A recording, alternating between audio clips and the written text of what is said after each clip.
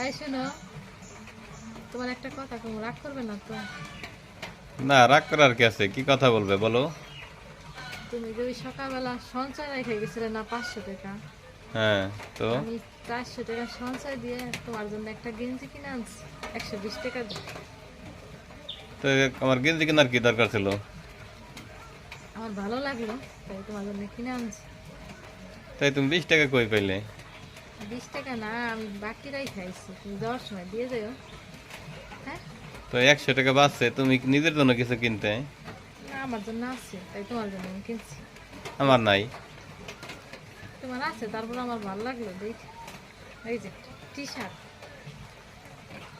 তো তুমি 20 টাকা বাকি রেখে তো টি শার্ট কিনে নিয়েছো। ভালো লাগে নাই? অনেক সুন্দর হয়েছে।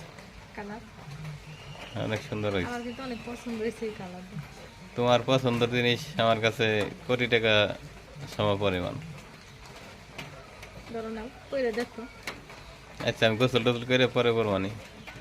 তুমি যে সঙ্গে বাজারে যাবে না, দোকানদার একটু 20 টাকা দিয়ে দিও। আচ্ছা, তা নয় দেওয়ানি। মনে করে কিন্তু দিয়ে দিও। আচ্ছা, দেওয়ানি।